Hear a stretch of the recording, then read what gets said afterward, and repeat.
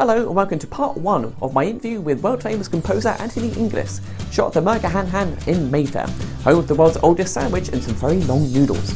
Anthony, thanks for joining me at the Merger in Mayfair. Intriguing. Can't wait. Yeah? You've got some questions for me. Say again? You've got some questions for me. I've got lots of questions for you. Right. First question, chopsticks. Yes? Are you a chopstick man? If there is a pair of chopsticks, you go to a Chinese meal and you've got a knife and fork or chopsticks. Okay, here's a confession. Go on. I have very little patience. Yes. I would not make a good teacher. No. So, after about 30 seconds of chopsticks, I've had enough, basically. Yeah. So, no, I will try, because I think one should do the culture of wherever you are. You should look like you're giving it a go. Yeah, but... It'd be rude not to. It would, but it all falls off out of the chopsticks. You've got to do... You can't even get them apart. See, when I break the chopsticks, I always think splinter. I don't know why. Yes. I think... Splinter, yeah. And then you've got to be dexterous with your hands, haven't you? Yeah. That's gone already. Yeah. Sorry. Yeah. We're knife and fork men. What can we say? What can we say? So, Anthony, let's get some simple stuff out of the way first before we jump into your career. Now, a lot of people watching this might think that a conductor's job is just waving a stick about and telling people what to do. Just like that. There's more to it though, right? There's a lot more There's to a lot it. more to it. Yes, and you want to know what that I want to know exactly what it is. So what does a conductor... Why do you have a conductor? Well, you have a conductor because let's say you've got an orchestra of 80 musicians sitting there. Yeah. Waiting to start. Yeah. But 80 people will have different ideas of when to start. They'll have different ideas of when the music has started, of how fast it should go, how loud it should be, and it's all coordinated by the conductor, who follow that. I mean, you can conduct with anything, and that actually makes quite a good battle. So it is down to being a benevolent dictatorship. A benevolent dictatorship. Yes. That's one to get my mouth around. Yeah. Okay, but you get musicians and they just follow sheet music without a conductor. You said that very well, yes. I did, didn't I? Yeah, I thought so. I'm being very careful. Yeah? But I saw the glint in your eye. Yes, there was a glimmer. So you get musicians who can follow sheet music, so why conductor? Why does someone need to be at the front bringing all these people together? Why can't they just kind of do it themselves? Right, okay. So what tune do you know really well? I've Got You Under My Skin. Right. Let's do together, I've Got You Under My Skin. Go. Okay.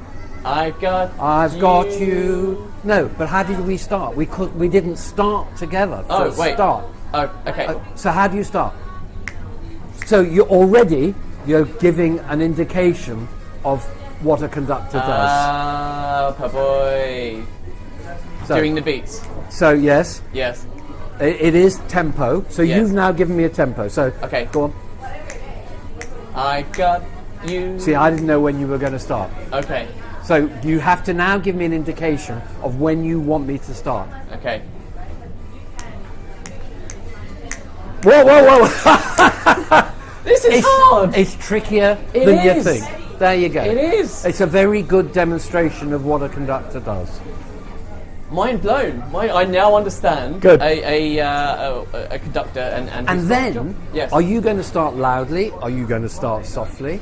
Although it's marked in the score, loud or soft, there are different graduations of loud or soft. So that's all done at the rehearsal. The conductor's job is, a lot of it is done at the rehearsal. Okay. And of course, when you're a conductor of a great orchestra, you have 80 great musicians. And you don't need to tell them how to play their instrument. No. What you need to do is to coordinate all that talent into one homogeneous whole. Do you ever get kind That's of another word for you. homogeneous whole? Yes. I'll just take that. That would be a separate clip. And do you ever kind of get these moments where you kind of, maybe you're up there on the podium and you're getting a little bit bored doing your thing, and you kind of think, do you know what, I'm just going to mess around a bit. I'm just going to do something. I'm just gonna make him do a thing, or maybe maybe someone's been mean to you, and you make him go like crazy fast for a second. No, because the audience have paid very good money. Ah. You never take it out on the audience. You never take out your antagonism or whatever it is on the audience. And that's the one thing I believe. When you enter the stage door of a theatre or a concert hall, all your problems are left outside the stage door, and then you perform for the public. Very professional. With that, I think we're being served some food. Thank you very wonderful. much. Wow. The cold rice noodle, and on the top you can have some sauce. Okay. Those are the murder of the house. Those are the 2 pork burgers. Okay. Fine. Yes. I get them. I get the burgers, and you get. I that, think or it's do a it- sharing. It's a Okay. sharing situation. All It's, right. Okay. There's much more to come, so you better share that together. There's much Yeah. more to come. More to come. Oh my goodness. Great. So apparently this is the oldest sandwich in the world, dating back from around 200, 300 BC. I haven't had me shots.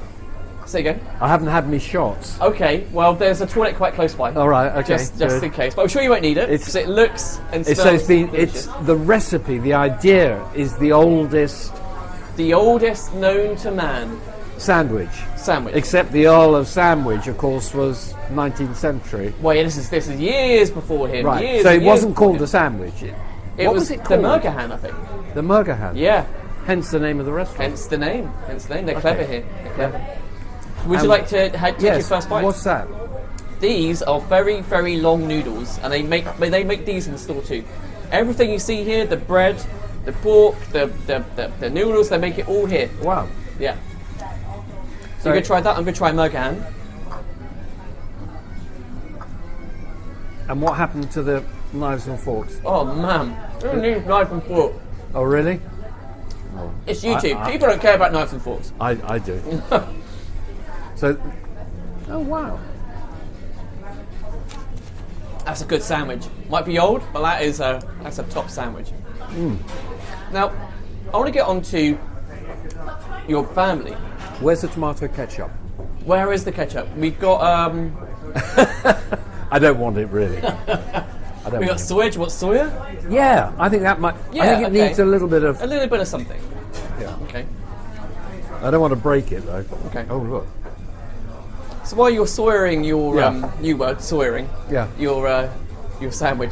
Now your family seems to be filled with war heroes. Oh. I never knew this until I started looking into you. So your father was a night fighter pilot. Yep. Your uncle flew in the Battle of Britain. Yep. And your grandfather was the head of the RAF's intelligence during World War II.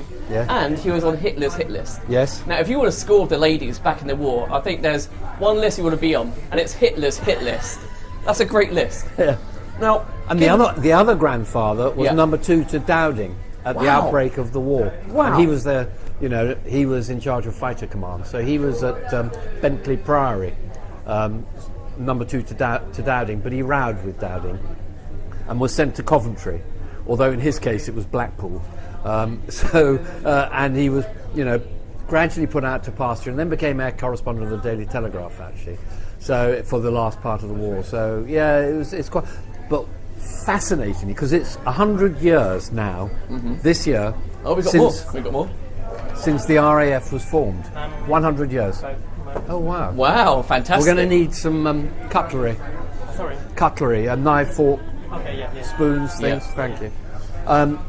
Fascinatingly, because I'm going to do a lecture on my family history, and my great uncle by marriage was the man who came up with the idea of sending the little ships over to Dunkirk. I read this. I wasn't to sure if pick it was up- true. Yes, Is that I've had it corroborated. I've actually got his book now where he's written how he did it. He was sent from the front in France, where the British Expeditionary Force were, by Lord Gort, who was in charge of the British Army. And he was sent, you've got to get to England and persuade the powers that they have to send as much of the Navy as they can. Because he'd heard there were only 6 destroyers being sent to pick up the forces. And he got hold of a plane, a little ensign, that had just crashed. So it had to be basically repaired. And then They flew without seats to the UK. Whoa. Without seats? Without seats because it had crashed. And so, thank you. And so, What were they sitting on? I presume they were sitting on the floor or something. History does not relate. No. And they had to circle around the channel because they did not have the password to get into the UK. So they waited until daylight and they could see it was a British plane. Landed, he got into the war rooms that are over in Whitehall, got down to the war rooms just in time to hear the Navy Chief of Staff say, I can only send 6 ships. And he blurted out, you have to send, and he was only a small group captain, very lowly in that room, and you have to send every little ship you can, whether it's lifeboats, motor vehicles, sailing vessels, whatever it is, fishing vessels, they have to go over and pick up all those men off the beaches. So if it wasn't for him, it wouldn't happen? He was escorted out of the room as being too overwrought. But they obviously then had a thought, well, actually, that's not a bad idea, because the destroyers couldn't get in all the way to the beach, and there was only one little jetty to get them off. So what happened was all those little ships beached themselves, little vessels, beached themselves on the beach, picked up all those men and took them out to the ships. Wow, we've got a feast. We have. Look at this. It's amazing, thank you. Wow. Enjoy. Thank you very much. That is incredible. I'm quite interested to know why you didn't go down that military path. Because it's such a military background and so many heroes in your family. Was there not any pressure from your family to join up and do your bit? My brother was going to do that. Uh-huh. My brother was going to be the one. In fact, he got an RAF scholarship to Bristol University. But he never wanted to go. In the 60s, 70s, long hair was the fashion. Okay. He had very long hair. He didn't want to cut his hair? He didn't want to cut his hair. And that's why he didn't sign up? Ah! Forget the bullets and the risk of death. No. I want to keep my long locks. Yeah, it's exactly the reason. He claims he had bad sight, but I know my brother, and he actually, he didn't want to have his hair cut. My father wasn't too impressed. But the interesting thing is, with all that history, and with the 2 brothers, one a night fighter, one a day fighter pilot, none of their children, they had 4, 5, 6, 7 children. None of us went into the RAF. None of us flew even. Why do you think that was? Do you just have different interests, times, or? 60s, 70s, different times. Put off by war? I don't think it was even that. I think, the RAF was downsizing anyway. Everybody, things were getting smaller, so I don't think it was that. I just think we just didn't want to. And I wanted to do music more. I love flying. And now my son is an RAF pilot. He's gone into the RAF. And now he's also got his PPL, private pilot's license. So we do go flying. From Has he got Blackbush. his own plane? No, he's a member of a club. So, no, he can't afford that. Yet. No. Please, Dad could buy him one. Thanks for watching. If you did enjoy that clip, then please do subscribe to my channel. My big goal for the year is to hit 10,000 subscribers. As soon as I do, I'll turn what I do into more of a chat show format by using the YouTube space in London. Aside from that straight interview that you saw just then, I also do pranks and games with celebrities. So please do explore my channel. You might find something else that you like. And you might not. 50-50.